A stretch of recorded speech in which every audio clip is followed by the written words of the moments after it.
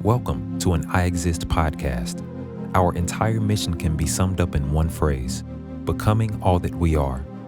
It is our belief that fulfillment doesn't come from changing into things you aren't, but rather from becoming everything that you already are. And ultimately, we're here to press and empower you to lead lives that are full of fulfillment. We've dedicated this specific podcast to the dream, not to having the dream or even talking about the dream, but to living the dream. The reality is that there's a stark difference between having a dream and manifesting one. Here you'll gain insight and wisdom keys directly from some of the water walkers of our generation, dream practitioners, those who have decided to tread paths where there were none, to step out into only what they could see. Come take a peek into the minds of some who, from within, create our world's most magnificent realities. I'm the creator and host, Bryan Pharr, and this is the Living the Dream podcast. All right, welcome to the 16th episode of Living the Dream, the podcast. I am your host, Bryan Pharr, and today I have a special guest by the name of Anthony McPherson. He is a serial entrepreneur. He does a number of things, including videography, photography. He's also a musician, but I won't tell you too much about him. I'll have him to introduce himself in a second and let you know whatever he wants to about himself. But I'm happy to have him along. Don't know him too well, but what I do know about him is that he comes across as a genuine soul. And I believe that the conversation will be very interesting today and probably funny also. I don't know if he is intentionally this, but definitely has a side of him that is comedic. And so hopefully we get a little bit of that today. So again, this is Anthony McPherson. Hey man, why don't you introduce yourself and again, let them know what you would like to about yourself just in an introductory statement. Well, first of all, thank you, Bryan, for having me on the podcast, and thanks for the pressure to be funny. Wasn't expecting that part. But I mean, basically, I think you hit it. I appreciate the introduction. I would classify myself as a serial entrepreneur. I've done a lot of things in my life. I've had some successes, had some failures, some successes and some failures, and have learned from my mistakes and been blessed to be able to be self-employed for, I should really put it on paper. Been blessed to be self-employed for probably at least, I would say, maybe about 20 years now. I would say has been the last time I had to clock in. So I've been blessed and fortunate. Absolutely. That is wonderful, especially if you are an entrepreneurial spirit. Again, good to have you on. I wanted to talk to you today a little bit about, and you've already kind of brought it up just a little bit as you were talking about successes and failures. But just as an opening statement, I think normally when we think of an idea such as knowing the end from the beginning, right? You normally think of an omniscient God or spirit or source from which everything is created, right? Who has enough insight, knowledge, foresight in order to see everything that's going to happen before it happens, right? But I think the entrepreneurial journey is somewhat like that, especially if you're a visionary, if you're a dreamer. What you're trying to do is build out something based upon the fact that you already see the end of it, right? And so you're almost reverse engineering a picture, a dream, a desire you have that's already existing in your mind, and you're trying to get there, right? And what a lot of people probably don't experience, who don't live that type of life, or maybe don't have the burden of trying to produce or manifest or create a dream, is that you might have an end picture, but that doesn't mean you have or are even able to see all of the steps along the way, right? Right. And so what happens is as you're journeying along, you can have a lot of ideas about how things should go and who you should be, I would even say, along the way. But as you were saying, as far as the success and failures are concerned, it really comes into your dreams and your ideas of maybe how things should go or how you want them to go kind of meet reality, right? And so what I really wanted to talk to you about was the idea of reinvention today, because I think it's just a necessary thing along the way again, you can start off seeing an end. You can start off feeling like it should go this way. And I'm just going to go out here. And when I do this, this is the response I'm going to get. You know, you have a lot of hopeful thoughts and things like that. But again, of course, when your dream meets reality, you know, it ends up being a lot more twists and turns along the way. And so I wanted to talk to you about those twists and turns in the form of reinvention, of how we get to reinvent ourselves along the way to make sure that we end up getting to that end goal. And so even with that idea I just stated, how does that even relate to your story? Would you say that's a pretty accurate picture of what it's like to be an entrepreneur or to be somebody that's trying to push out a dream or a vision? I think that's very accurate. I like what you said about when your vision meets reality. Sometimes what's in our head is one way, but of course, not being psychic or not necessarily being as prophetic as we want to be, we cannot forecast how it's going to be met by others, how it's going to be met even by ourselves once we experience some obstacles or some pushback. And so I think absolutely reinvention is an absolute necessity in order to succeed. When I think of reinvention, I also think of the word flexibility. Okay. If we are stringent in what we think we have to do, if we are stringent and just very rigid with what we think the outcome should be, then I think failure is almost inevitable. But I think we have to go into anything, whether it be a business venture, whether it be a marriage, a relationship, you have to go in with the idea and the concept of flexibility, because things are not always what we plan. And if we are not flexible, then we will drown. We will definitely sink. Absolutely. And I'll just bounce off of that in a little bit of a way to say this, that I think that really it's knowing where to be flexible and then where to be stringent or where to be solid concerning your beliefs. It's almost like one side of you has to be determined to see that end goal, you know, and so you never give that up, right? You never give up the dream, especially when it's authentic. And I'll put that disclaimer in there. But on the flip side of it, you know, being flexible enough to do what it takes to actually get there. Another term that comes to me, even as you were talking, was this idea of humility, right? Because I think if we got it our way the entire time, or if it just went exactly the way we thought it should and people reacted the way we wanted them to the entire time, I don't even think we would have the people skill. I don't think that we would have what it takes to really sustain something once you quote unquote get there. Although I don't know how real that is of a such thing as really getting there. But once you start to see things actually manifest or come about in the way that you saw them in the beginning, I don't know that we would have the humility necessary to even maintain it if everything went our way along the way. And this is really taking my mind a whole different way. What do you think about this idea that really sometimes the reinvention has to do with the fact that we are actually maturing along the way? Man, you beat me to the punch. Yeah.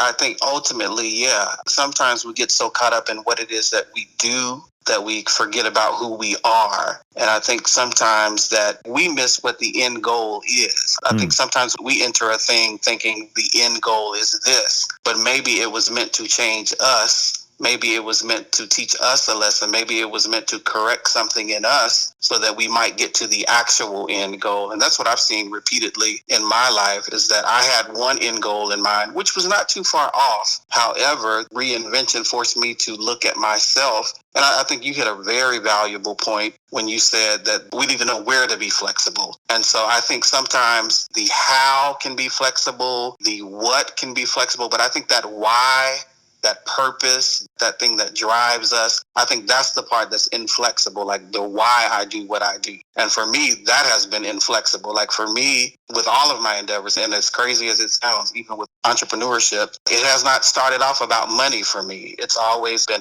why, what purpose do I have for this? What service can I offer? How does this benefit others? How does this benefit my higher self? And so for me, with that in mind, the how changes and sometimes the what changes, but that why has been consistent. And what I found for me, my experience has been money has just followed that. Money has just absolutely followed that. And I've even walked away from money, what people consider successes, and then walked into what people would consider failures because it did not make money and I lost money. But I counted it a personal success because of the personal growth that I had, which is maybe a different conversation because we're talking about entrepreneurship, but which is about money, I guess, ultimately, when you look at it, the natural profit loss kind of scenario. I don't want to ramble on, but you just stirred something in me about that as far as course correction inwardly. Absolutely. And this will be a different platform when it comes down to entrepreneurship in general. I think a lot of people talk very strategically when it comes down to, like you said, how to write out a profit and loss statement or, again, what type of company you should form and things like that, and talking very technical. But at the same time, I think this podcast in and of itself is a balance to the conversation, because it doesn't matter how good your structure is if it doesn't have the right substance to it. You know what I mean? Yeah. It's not going to be sustainable either way. And so again, that's just a fine balance of the whole idea around entrepreneurship itself. So yeah, definitely don't shy away from any, because this is the type of podcast this is. Cool. But yeah, I love the way you said it. I want to add to that also that sometimes this is case by case, right? So the why and things like that have to be solid throughout it. I think the way that I've said it in the past, though, even for people who may be accurate about what it is they see and what they know they need to invent, I still think that the what may change forms in a little bit of a way. But even if you're like the most accurate person concerning what you're building or what you're seeing is going to be, what we have to be flexible about is the way in which we get there, right? Indeed. And so I want to say this. There are a lot of people who go about success, especially when you find people that inspire you. You may go about things the way that you think that they're going about them, right? So sometimes the hard thing about this journey is that, I may see somebody that is, let's say, a serial entrepreneur or somebody who's built big business, and they inspire me. I feel kindred to them from a distance, but I don't know them personally, right? But I'm off set to do something similar or the same thing as them because I kind of feel a push towards that. I feel purpose to do that. I feel a call towards what they're doing. But because I'm at a distance, I'm only mimicking what I can see about them. And so when they walk into the room, they kind of have their head up and their chest out, and, they have certain things about them that I admire, but because I haven't gone through the journey yet, I don't really understand them. And this is why I say you have to be flexible about the way you go about things, because if I just copy that, what I might try to do is at the beginning of my company, now this is a person who has built up rapport and respect among his peers and fellow workers, partners, whatever the situation is, because of what you may not see is a background humility or a background servanthood or something like that the person has, but you've only seen like moments in which they seem strong and things like that. And because you don't see the background, you kind of copy and you imitate whatever you feel like are the strong portions of it. And then you end up treating people badly, right? Just because you have a misrepresentation of what you saw, because you're not close enough to it to see why that person has garnered so much respect, right? Now you're trying to force that same picture on yourself, if that makes sense. And people are suffering because of it. Business is suffering because of it, especially in the long term. It's suffering because of it, because you are not really seeing the full picture. And I only brought that up because we're talking about reinvention having to do with even the maturing aspect of an entrepreneur, the maturing aspect of a person who's trying to build out a dream. You have to not be so rigid about the way you're going about things, because a lot of times some of the moves that we can make can be misinformed. It's a problem that's created that needs to be fixed eventually by reinvention. And I don't even want to talk about reinvention in just this way, but I think it's just really good to be noted that definitely reinvention can be sourced around the idea of maturity. Yeah, absolutely. I don't really have anything much to add to that, but maturity is the original reinvention. It's like we literally, as we mature, we just naturally reinvent ourselves, if I'm making any sense. Absolutely. Like what I did, even some of the business models that I had in my 20s, I would dare not try them in my 40s. To even be more specific, there was a time where I was a club promoter, party promoter. We actually had, at that point, the most successful club promotion business in Charlotte. Wow. And for IRS purposes, I won't say how much money we made, but we made lots. Like that's, to date, I still haven't been able to make that kind of money yet. But I'll say I was in my 20s. I look back at some of the things I said, how I promoted. I look back at some of maybe the misogynistic things that I said or did to promote parties. It's like now that I'm a grown man with a wife and children, I would dare not do those things to make money again. No matter how much money it would make me, it's just no longer on brand for who I am as a human being. Sure. And so that is reinvention. And there are people to this day that are still calling for those parties still. I'm like, y'all don't see who I am now. Like, that's just not, they want us to do a throwback. They want us to do a reunion, and nothing wrong with them. I appreciate their vote of confidence, but I've been reinvented. And so some would see that as a failure because I'm not making that much money again. But for me, it's a personal success. And I know how to make money. I'll always be able to make money. But I want to be able to look in the mirror and look at my children and love the reflection that's looking back at me and love who they're looking at. So maturity, yes, is a huge reinvention. Sure. And I love that you pointed out you want to be able to look at your children. You want to be able to look at yourself in the mirror and have peace with yourself. I'll use this moment to also plug something that I say often, and I've probably said it already in one of the podcasts before this one, but that's so very important to me as a person. I think one of the main reasons that I've reinvented so much is because if I felt myself going in a direction that I feel like would not caused me to, and this is the crazy thing, you know, somebody might say, or you might say it was around misogynistic viewpoints or, you know, some of the things you were willing to do to promote certain things. Like for me, it was things that people would not even probably deem to be from the outside as bad. It was like, you know, me being too religious about certain things or me, you know what I mean? Like even on that side of things, if I could not lay down and have peace with what I was doing in the moment, if I felt like I was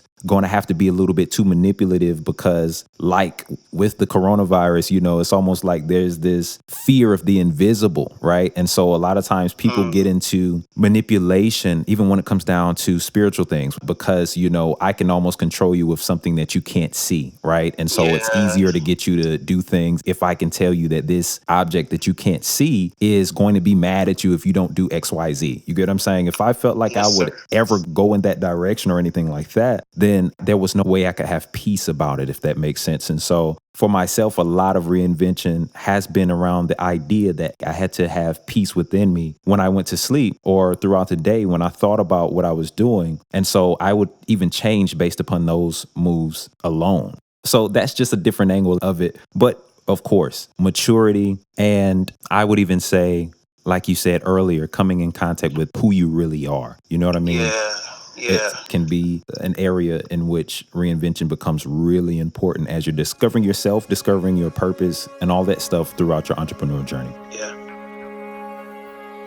Writer, producer, artist, coach, and inspirational motivational speaker, Bryan Pharr takes us on a deep, retrospective, and introspective journey ranging from his childhood until life today that invokes the question, will I live a life of significance or one of safety? Filled with experience-gained wisdom and revelatory insights, A New Home dares its readers to ask themselves the hard questions concerning their need to fit in. How far will you go? And will all the efforts you've made be worth it in the end? This perspective-shifting discourse is a must-read, and through its hard-hitting yet relatable, tear-jerking, and even at points comical nature may prove to be more of a life-changing event than just a good Sunday morning read. Get your physical copy today at becomingallthatweare.com.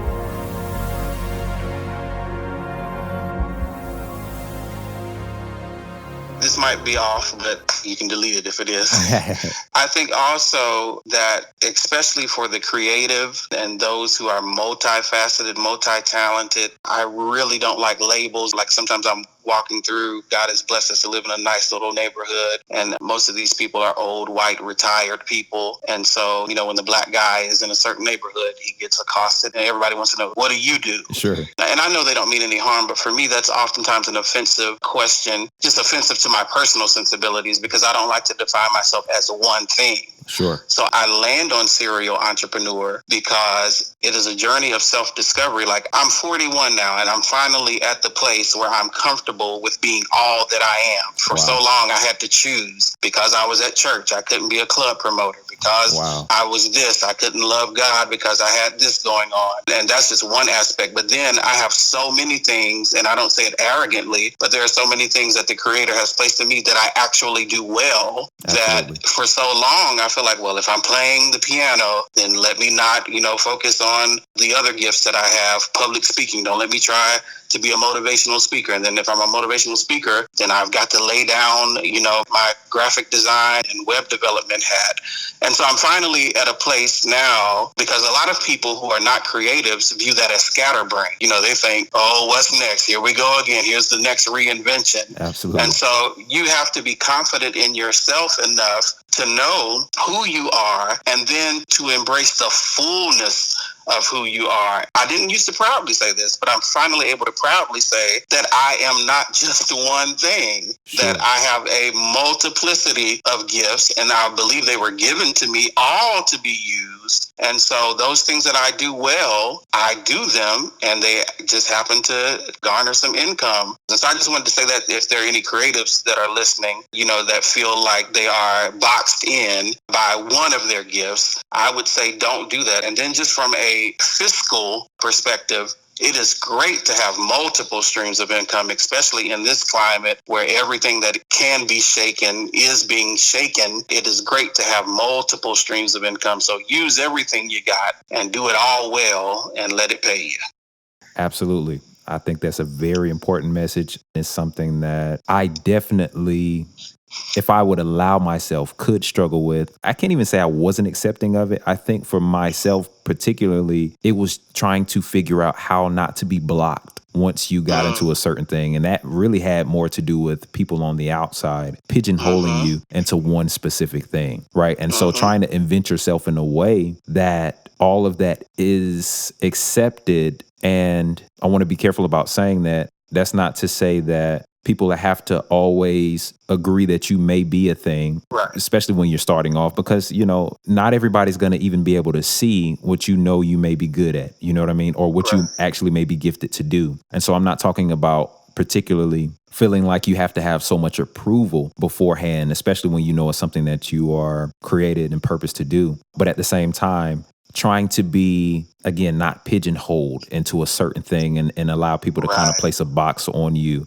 in which you can't be a multiplicity of things. I actually put it in a song recently that I wrote too, is talking about the same exact thing. And so I think reinvention around the idea that, okay, I want to be more than one thing. I think about, while we're even talking, even people like 50 Cent, right? Who will go from the streets to rapping to now filmmaking and directing or producing or writing, I should say. On that side of things, a person who doesn't allow himself to be pigeonholed into a certain thing, and actually probably from what I can tell, felt like it was necessary at a certain point to bridge himself over into other things. I think about a lot of people, to be honest with you. And I think a lot of people even hide certain things that they do on the outside. They may be popular for something and then hide themselves in the background concerning the other things that they do. But again, for all creatives, I know that you'll understand exactly what Anthony and I are saying about this side of things. Don't be afraid to reinvent concerning the multiplicity of things that you do, the many hats that you can wear. And, for me, it's figuring out how to do all of them at one time. For you, it may be figuring out how to divide yourself or compartmentalize them, properly. I don't know. But however you do it, don't be afraid to reinvent yourself around who you are and who you are becoming. I agree. Yes, sir. So here's another way that I want to talk about reinvention really quickly too. And I think this is very important now, especially through the times that we're living in. And here's another area that you have to be flexible. You don't want to ever become obsolete, right? You don't ever want to become unuseful because of your unwillingness to move along with the progression of times. And I'm not talking about jumping on trends more than I'm talking about not getting so stuck in traditional things or getting stuck in the way things used to be and how you first built your business, that it can no longer sustain itself when there's major things happening in the world. That's a great point. That is a great point. My very first business was graphic design and web design. I was literally 19, 18 when I just started designing websites for people.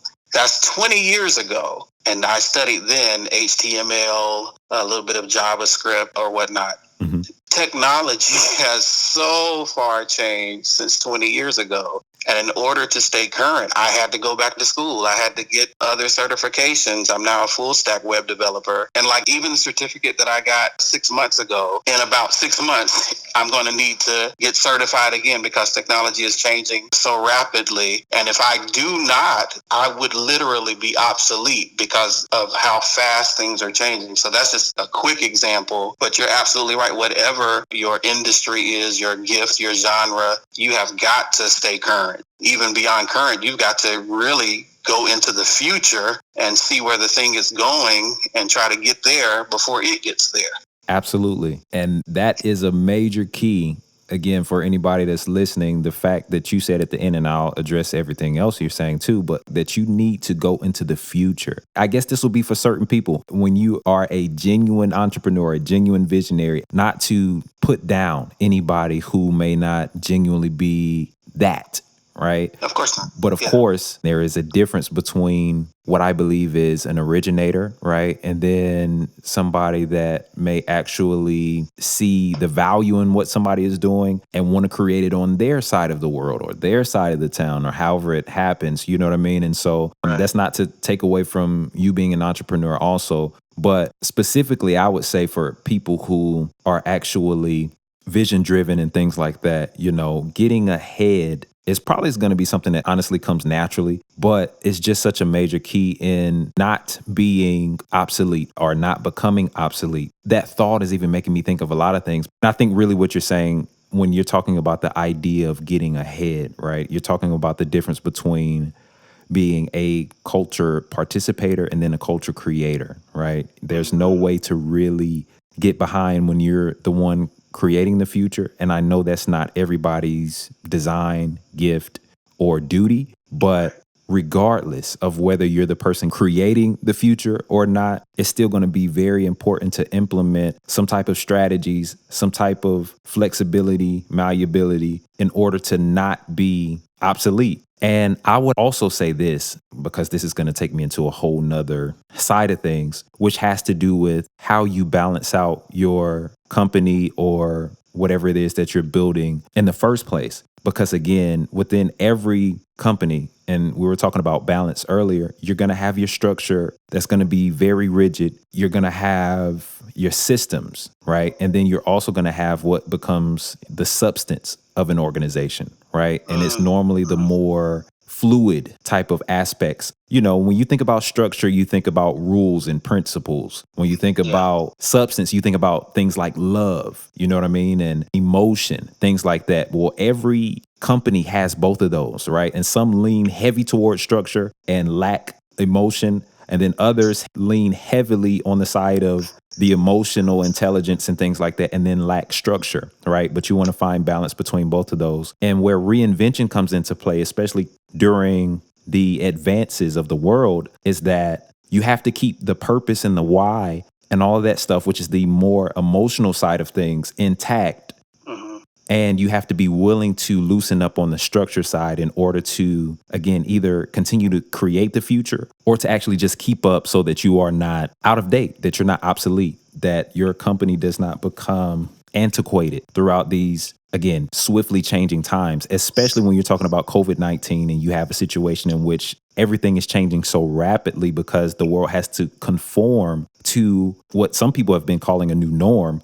But it's also the time for the creative to come out. This is also the greatest time for reinvention, which is part of the reason I wanted to even have this conversation, because, again, these are the days in which huge successes, millionaires, billionaires, you know, people who are going to change the world are born throughout these times because change is being necessitated, right? And so I really want to continue to dive into this idea of being willing, being capable of reinvention during these times.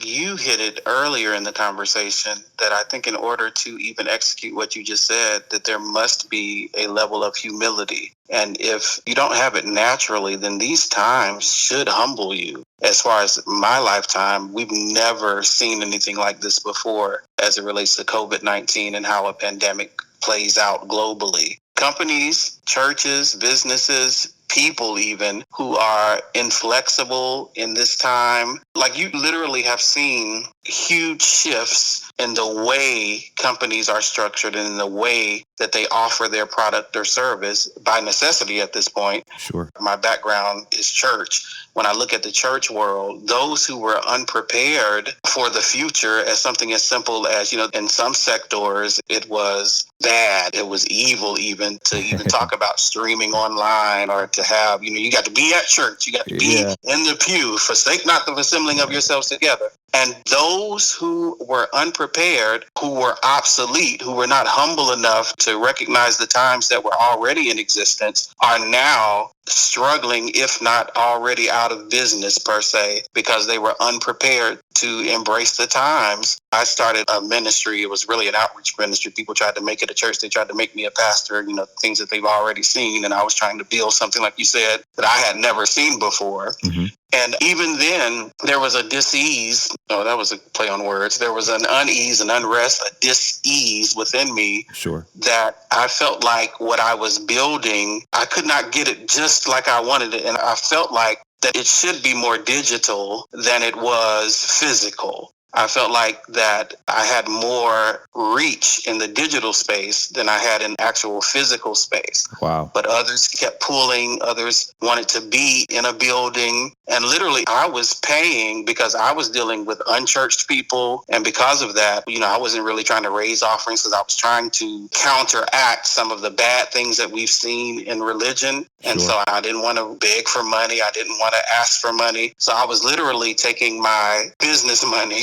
and I was funding the ministry myself, literally paying probably 90% of the bills for the building, for the staffing and everything. So, but my point is that I allowed the influence of others to restructure my vision. When in my heart, I really only wanted to meet like once a month, do some outreach, but I wanted it to be more digital. And lo and behold, here we are in a space now where churches can't even meet. Where had I stayed true to what I felt in my heart and just really built that digital footprint, then I would be in a position now to minister to more people now than I did within those four walls. And so that's just another testament to what you just said about restructuring, but it requires humility. And sometimes humility is the ability to listen to what is unpopular inside of you, if that makes any kind of sense. Sure. Like, people were gassing me up, no, we love being here, the words that you're saying, this is so good, and then give $3, I'm gassing you up, but let me just get out of that before I get in real trouble. Yeah. But the point I'm making was, had I been humble enough to just listen to something that sounded like maybe failure, it sounded like, well, no, you have to be here in front of people. You have to build it. People have to see you. They have to touch you. You have to build a relationship and all of these things that are the norm. But when I'm saying, well, I have a rapport on the digital space, like I literally have people that feel like family to me and I feel like family to them on the digital space. And I get emails from people, very personal emails, telling me the intimate details of their lives from strangers that I've never seen in real life, having a real deep connection and rapport with people in a digital space. Sure. But not humble enough within myself, because to me, that looked like failure. That looked like, well, digital, who's only on digital? You've got to have a physical presence. And here we are in COVID-19 where businesses, churches only have a digital presence. And that's the only way they can survive right now, is if they have a digital presence. And so this is a wake-up call to me. You have to be humble enough to do the thing that is even unpopular and seemingly failure. And then lo and behold, if you hold on long enough, that thing may end up being a success as the times shift. Absolutely. I love the fact that we talked about the idea of reinvention around not becoming obsolete, as if you are a company that's already existed and had a structure for a long time. And then when times change, you need to be malleable, flexible enough to change with times in terms of your structuring. Right? You don't have to change the emotional side of it, in which your purpose is different and things like that. I'm just saying the structure of it needs to change. Right. And so, not necessarily whatever message you needed to get across, but the method, needed to change. Exactly. And so now we're moving into the side of it that says there are going to be some people, like I said, who are born out of these times, who are built to restructure or to reinvent based upon those businesses that were not malleable enough, if that makes sense. There are going to be a lot of businesses that do die throughout these times who were not conscious enough, who were not humble enough to ride the wave that is coming through.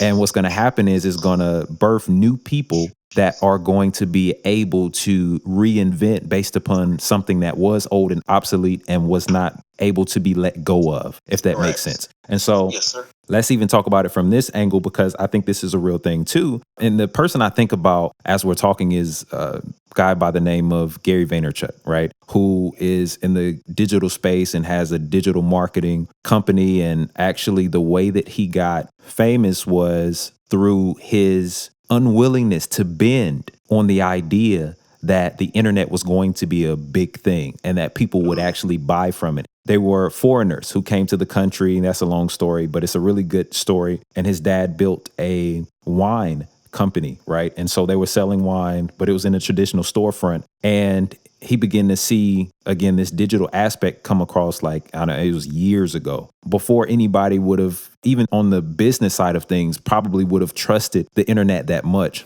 And so he began to see it as an opportunity, stayed with it. And one big thing that he talks about a lot, which is what you brought out a second ago, is the idea of patience, right? And patience is strong. I want to say this about the idea of humility too, because this is my statement. I don't know who will agree with it, but humility to me is not the idea of thinking less of yourself, right? So it's not low self-esteem. Humility is not thinking of yourself less either. And I say that because a lot of people say, well, it's thinking of yourself less and thinking of others and things like that. But the only reason I kind of push back towards that is because I don't want that to be interpreted as that you can't be a person that's highly self-aware and that cares about self, right? So what I mean by that is you don't need to be a person that lacks self-awareness and lacks the ability to build yourself, to be personally responsible and things like that. You know, all the things that would only happen if you actually take time to get to know you, right? So I'm not going to particularly say that it's thinking of yourself less. I think that humility is simply the ability to receive, right? That's it. I like that. I like that. So whether it's receiving, quote unquote, correction in the form of somebody older and wiser or in a position to do so properly, to tell you, hey, you might be going in the wrong direction here, just, you know, make a left turn instead of a right type of situation. Not only that side of it, because a lot of people, you know, talk about humility in that term, but don't talk about it in this term either. Actually receiving, quote unquote, greatness. You know what I mean? Receiving a call that's big, or receiving a dream that's large. Actually receiving it is humility, right? And so it's just the ability to receive. And so when it comes down to that, I think that you're absolutely right that a person has to be even humble enough in the moment to receive, I would say, a purpose or a call, or however you want to say it, to actually reinvent something that's been. I started off in that space too, and I'll be really honest with you. I know I haven't said it publicly. I don't even think I've told anybody really, but I have that effect on people. Go ahead. That's funny. Outside of my immediate household, right? Wife. But long time ago, you know, and I was in that space too. Of course, being a musician, one of the main places I played an instrument was in church and things like that. I was bred, you know, raised around very religious background type of situation. But I knew, I'm saying 10 years ago, 12 years ago, 14 maybe years ago, that what I was standing in was already obsolete.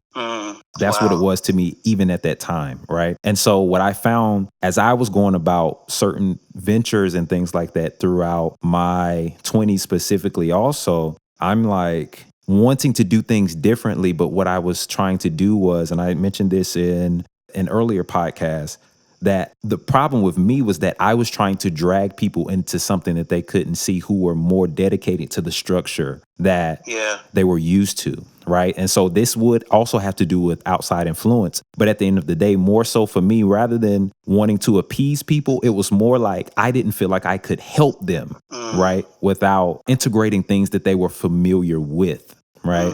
And so it was almost this idea that, all right, I really want to help. And I'm just throwing this out here. This isn't a real example. I'm just saying, okay, so I really want to help my father with this thing, but I know he's not going to listen or follow along unless he has some type of cues that resemble where he's from. So let me make sure I do this, or let me try to at least put it in this form so I can create some kind of comfortability in order to actually bridge people across. And Yeah. that ended up doing more damage than Wow. anything else. And I said it this way before, because a lot of times what I was attracting by putting those cues out there were the wrong people in the first place. Mm. So it was the people I wanted to help, but it wasn't the people who were, honestly, I feel like, strong enough to actually change the game, or actually, honestly, sometimes be a part of whatever mission I was driving at the time. And so it was almost this weird scenario in which I was building something. It was like, well, me putting certain cues in there was attracting the people I wanted to help, but it was pushing away the people I needed to help. Gotcha. You know what I Gotcha. mean? And so just a whole lot of stuff. But anyway, off of all of that, getting into this idea of reinventing things that are obsolete, or just going about it in this way. And I don't know how much you would be able to speak to it, but I do believe that this is a time in which a lot of things will be reinvented. And Yeah. to those people, I guess what we're both saying out of this is, do not be afraid to stand on That's what what I was you about know. to say. I think that's what it boils down to. Like, this is the hour where there is so much fear, but it's actually the hour where it's time to be fearless, especially in the area of reinvention, in the area of preparing for the future. I just got a new certification. I'm literally looking to see what else I can do within my skill set, within my interests, within my natural proclivities. Even for those who are not entrepreneurs, I think it's just time to sharpen your skill set, get a new certificate, get a new degree, go back to school, take some audit some classes, do something, because this is one thing that I believe and that we can guarantee, that if you are not growing, you are becoming obsolete, because everything is changing around us. Absolutely. If you're not learning anything new, if you're not doing anything differently, then you have literally set yourself up to be obsolete and to ultimately be bankrupt. So I think it's a time to be fearless. It's time now. That thing that you always wanted to do, I think it's the time to pursue that and look into that. That business that you always wanted to launch, I think it's time to launch it and to pursue and to study it out. But this is literally the hour to throw fear aside and to pursue your goals, pursue your dreams, and literally change the course of business of the future. Absolutely. I agree 1,000%. And one thing that I do love that you mentioned is that even for the people who are not entrepreneurs, this needs to be a time of investment and reinvention. Of course, I really do believe, and I know that this has been a time because people have had to sit down and take in their life. You know what I mean? And so sometimes you can be so caught up in the quote unquote hustle and bustle of life that you haven't even taken time or haven't created a moment to take in the direction that you're going in, the result of what's been happening in your life, because it's just a fast paced thing in which those who have needed you and, you know, the jobs that you've taken and those people who have governed a big portion of your life, to be honest with you, have not maybe even allowed much space, or the requirements of the job, I should say, hasn't allowed much time and opportunity for you to even take in the direction that you're going in. But again, situations like COVID-19 almost make you to sit down, to take in the world and kind of see where your life is. And I know many of you are at the point of needing to reinvent because you've had to face a lot of truth this time, you know? And so absolutely, whether you're an entrepreneur, whether you are like, this may be the time to reinvent for your family line. You know what I mean? This may be the time to reinvent, again, just not career wise, but your family name, the way that your family is going, the way that you are treating yourself physically in terms of your health and things like that. This is just a time of reinvention, period. And so I would like everybody to consider to really think in those terms. I know it's already happening. It's happening naturally. You know what I mean? Because the world is just literally rebooting itself in a way. And so on every aspect, socially, economically, just all these different ways. What's scary to me, Brian, is that there are some who are not perceiving this hour and this call for reinvention. I think literally you have your finger on the pulse of humanity right now. But as I look at social media as just one template of what's going on in the world, there are many people who are not heeding this call. They're acting as if it's business as usual and that soon we'll return to things as normal. And they are not reinventing themselves. They are doing the same If they're in the church, they're doing it the same way. If they're in the club, they're doing it the same way. And this is not a judgment by any means. Sure. But it's more so a concern and a fear for those who are not perceiving this hour of necessity for reinvention.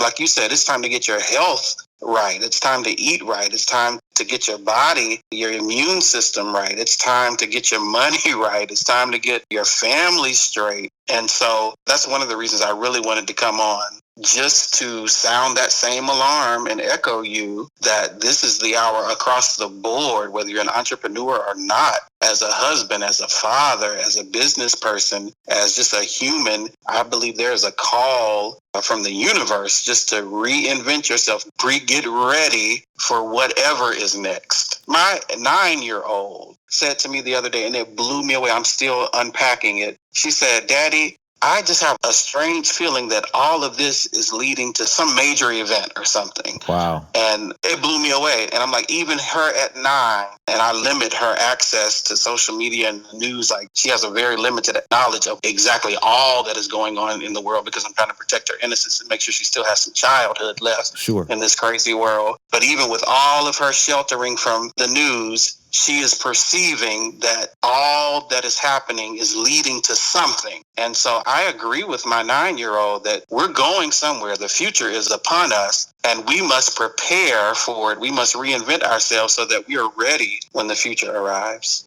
Absolutely. You know, what has been just seemingly a season or a time of literal them feeling oppressed and opposition for them is going to be at the same time a season or a time that is filled with opportunity for others. And you get to choose which viewpoint you take on, which perspective you take on. And so I think you're speaking to those who honestly that you're hoping will begin to see things through the lens of opportunity. But at the same time, you know, that's just not the case always. You know what I mean? And so I hope the same. I would hope that everybody who listens to this, who is living right now, would see opportunity rather than just a bunch of opposition. And let me say this, it's not that it's not opposition, but you have to be careful about what you feel like it's opposing. Maybe it's opposing the fact that you have not chased your dream yet. Maybe it's opposing the idea that you have not, you know, gotten your health right, that you have not really considered your family line and, you know, your legacy and things like that. Yeah, it is opposition, but what is it opposing? Go ahead. That's good. That's just good. I'm amening you right now.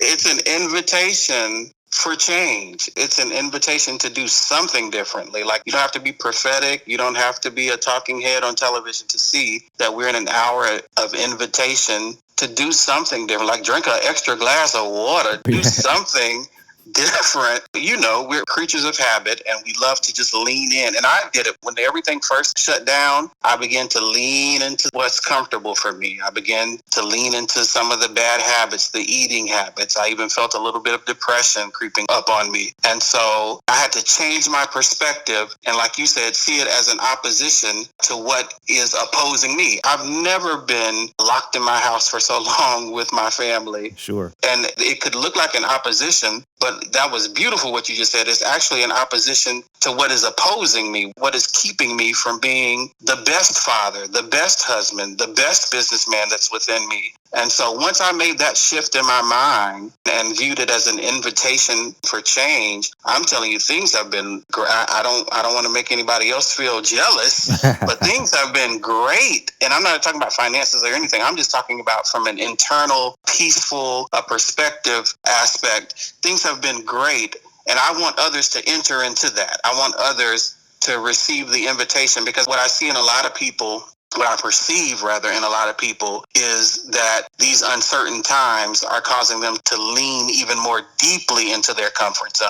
And that to me is scary for them, because this is not a time to be comfortable. This is a time to embrace the discomfort and to let it fuel you into preparing to be a better you when this is all over and when we are in our true new normal. Absolutely. Yeah, I don't even know if I want to expound on that anymore. I think it's absolutely fair. It's perfect the way you said it. I think that, again, a lot of people are going to find failure in this time throughout this season of our world, and others are going to find freedom. And I just really think that you get to choose that. And I know you do, or else I wouldn't be a person that's out here saying this to you. I'm presenting the choice. We're presenting the choice to you.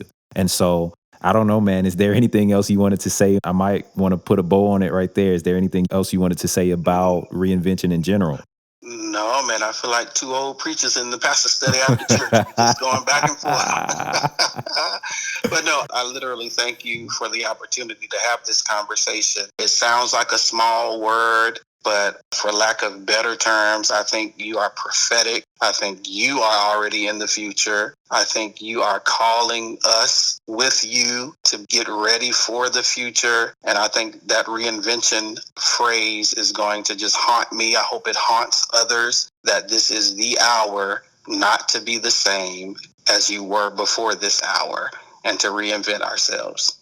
Absolutely. I appreciate you saying that. I appreciate you coming in and joining. Honestly, this is our first conversation, not just our first public conversation, but our first full-on conversation in general. It's Bryan's fault. I've been reaching out. I've been like, hey, man, let me talk to you.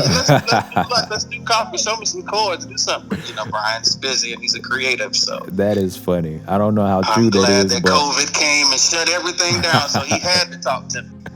That's funny. Like I said, I don't know how true all of that is, but we'll go with that for now. Is there anything you want to plug? Your social media, let them know where they can find you, just things like that before we exit.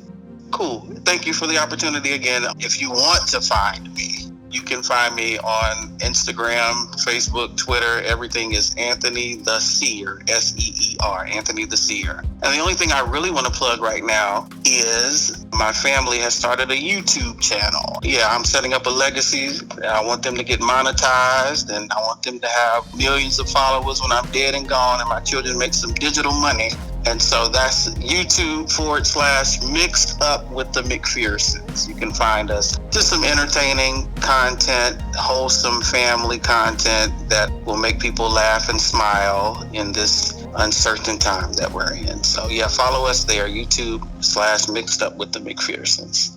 So hopefully you're able to see that, not only will you get a good mix of good thought, I think principled thinking from Anthony, but also follow him because, as he just stated, even when it comes down to the YouTube page, you are going to get a mix of comedy too. I've seen his social media and it's just things on there. The level of honesty, the level of truth, the willingness to be an open book sometimes does good for you, not only just to see that level of transparency, but also it comes across very funny as a comedic side to him too. And so, yeah, definitely go follow him. As soon as we get off of here, I'm going to go and subscribe to the channel. So, you all do it too. And again, appreciate you. Hope you all got something out of this. I do have a heart to kind of forecast and kind of let people into the know. And I want everybody to live prosperously. I want everybody to lead lives that are full of fulfillment. You know what I said at the beginning of this. As always, I pray that your ways may prosperous. And until next time.